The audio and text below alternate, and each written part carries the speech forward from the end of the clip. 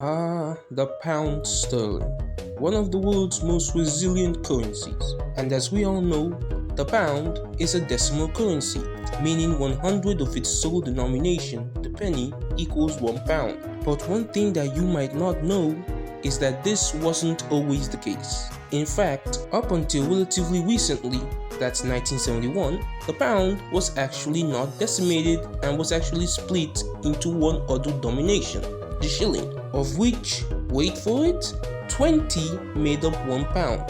But it's not over. The shilling itself was split into pennies, of which 12 made up 1 shilling. But wait, what's this? A farthing? Oh god, you Brits. What's next? You're gonna name an airline shit? Or a drink spunk? Oh, you actually did that. There is no hope for you people. So yeah, a farthing. Probably a word most Brits today haven't even heard. But yeah, it was a thing. A thing which 4 of which made 1 penny. As you can see, this is a giant clusterfuck of nonsense. But luckily for you, that's why I'm here, to explain how the pound devolved into a farthing. Still can't believe you called your currency that, by the way. So yeah, let's try to make sense of this nonsense. Also, the idea for this video was recommended to me by this channel, Red Sea Gaming. So if you want, you could check him out. It was originally going to be a short, but then I dove into this very deep rabbit hole and decided to make it a full video. So once again, thank you Red Sea Gaming. This was a pretty good idea.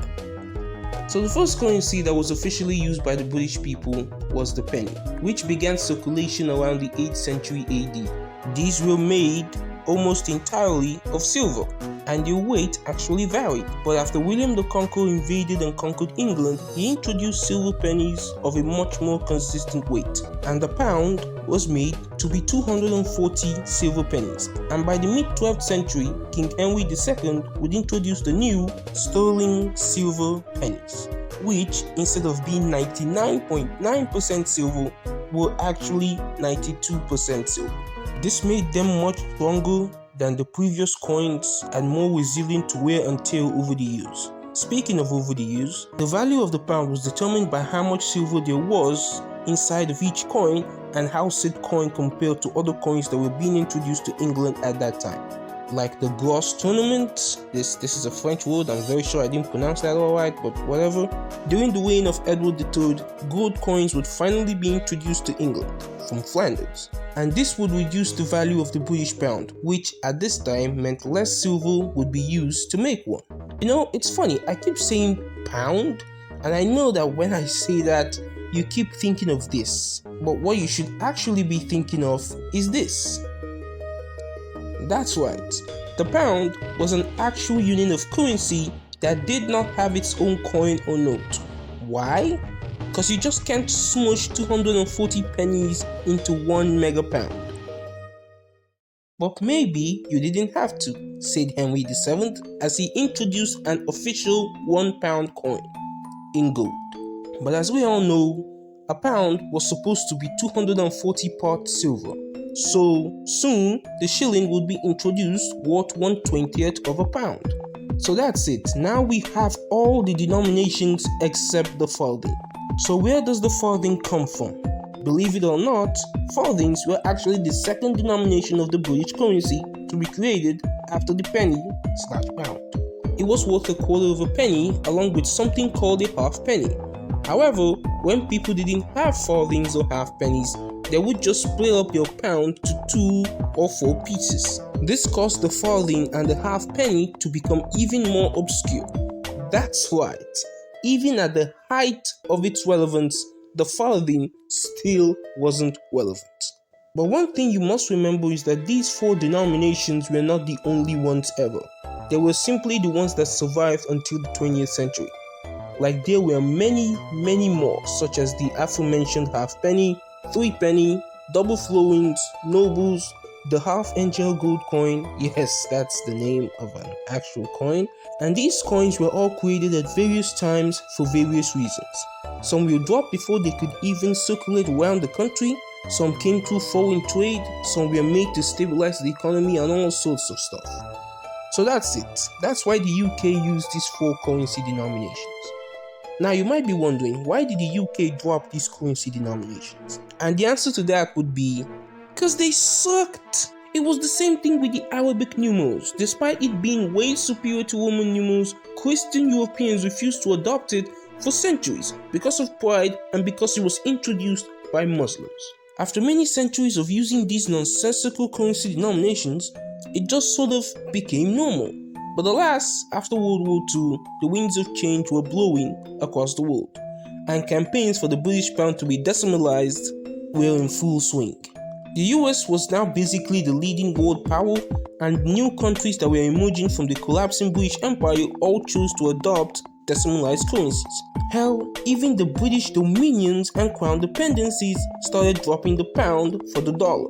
So it made perfect sense for the UK to drop their 4-denominated non-decimalized currency for a standard 1-denomination decimalized currency. But alas, the older generation resisted, at least until the finance minister experienced this. Hello, Mr. Finance Minister? Just got this off the morning paper. It seems that the vast majority of Brits are in favor of decimalizing the British pound.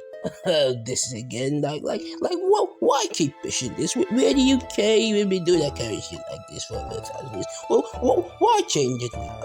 Well, because it sucks, sir. Like I have to carry a whole bag of worthless change everywhere I go.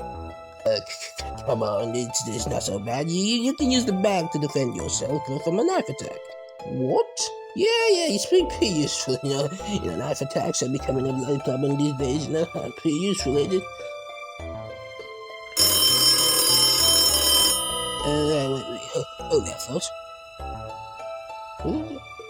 Oh, really? Wow, there is an ice cream truck right in front of the building. So you just have a guy alerting you when an ice cream truck passes by? Oh, not just any ice cream truck, though, chap. A truffle ice cream truck. Oh, it looks like I forgot my wallet at home. You have a pound?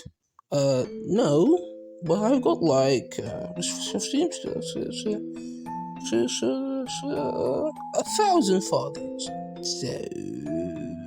So start counting. Yeah, we really have to do something about our currency. Surprised it took us this long, sir.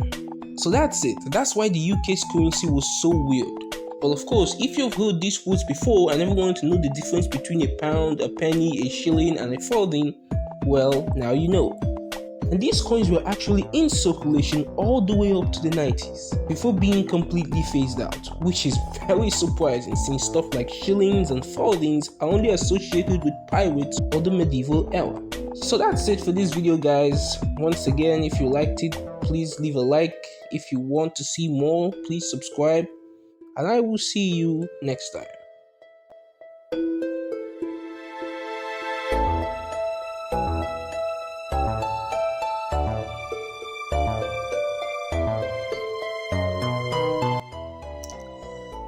Wow. Would you look at that? Like, I'm honestly, I apologize. Like, I deeply apologize for taking so long to release this video. It's just that a lot has sort of been going on in my life that I, couldn't really find time to really do, the video animations and stuff like that. So this video, I sort of, created a few frames and drew a little bit every single day just to move the video along. But, I'm gonna try from now on to get a hold of things again. I'm gonna try to make videos a lot more. I wasn't feeling too well. I was sick. Plus, I had school and a bunch of other stuff that I was doing. So, it sort of like cut into a lot of things that, it sort of cut into my time a lot that I would have used to make videos. Also, I got a job, and I've been sort of trying to navigate and maneuver around all these things that were going on But now I think I can. I think you should see if a new video from me at least every single month, or at least twice a month. Hopefully. Like I don't know. Like, do not hold me to these words. I don't know what's going to happen. I don't know if everything's gonna work out like I want, but hopefully they do, and hopefully I can continue making videos for you guys. Just like and subscribe. More coming. So even if in 1 month, 2 months, 3 months, I'm not gonna stop doing this because I really love making these videos. Thanks a lot.